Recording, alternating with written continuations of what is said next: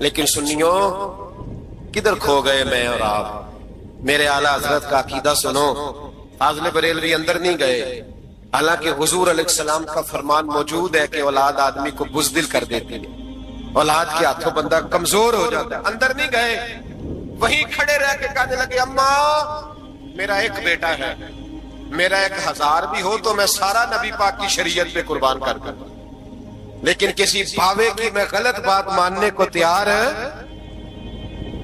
اعلیٰ حضرت کی زبان سے یہ لفظ نکلے تو صاحبزادے اٹھ کے دوڑے آئے، کہنے لگے ابا جی ذرا ادھر تو دیکھیں، میں دوسری منزل سے گرا ہوں پر مجھے خراش بھی کوئی نہیں آئی، مجھے خراش بھی کوئی نہیں آئی، دیکھیں میرے کپڑوں کو مٹی بھی نہیں لگی. آپ کے 2-3 مرید کھڑے تھے، کہنے لگے حضور یہ آپ کی کرامت ہے. آپ فرمانے لگے میری کرامت نہیں، یہ میرا عقیدہ توحید ہے، یہ میرے رب پر ایمان ہے، خراش نہیں آئی. اب اس فقیر کو فرمانے لگے اعلیٰ حضرت کہ تو کہتا تھا مکان الٹ دوں گا، چل الٹ نہ بے 10 روپے نہیں لینے، الٹ. چپ کر گیا. تو اعلیٰ حضرت لوگ کہتے ہیں مولوی صاحب کے پاس کیا ہے؟ جس کے سینے میں رسول اللہ کا دین ہے اس کے پاس کچھ نہیں تو پھر کسی کے پاس بھی کچھ نہیں. اعلیٰ حضرت نے اپنا جوتا الٹ دیا، فرمانے لگے اگر طاقت ہے تو میرا جوتا سیدھا کر کے دکھا. وہ مکان الٹنے کی بات کرتا ہے نا، پنجابی کا ایک شعر ہے، آپ کی سمجھ میں آ گیا تو ٹھیک ہے، نہ آیا پھر بھی ٹھیک ہے. وہ ایک پنجابی کے درویش کہا کرتے تھے ایک سٹھ تے پکھڑا کوار گندل، اسی اور بھی بوٹیاں جانتے ہیں. پتہ ہے ہمیں سارے گروہ کا ہے، چلو کرامت نہ دکھائیں تو بات الگ ہے، پر خبر ہمیں ہے. فرمایا چلو سیدھا کرو. اس نے پورا زور لگایا پر جوتا سیدھا، پسینے آ گئے. تو کہنے لگا جی میں معافی مانگتا ہوں، آج کے بعد ایسی بات نہیں کروں گا. اعلیٰ حضرت ولی تھے تو ولی سخی ہوتا ہے.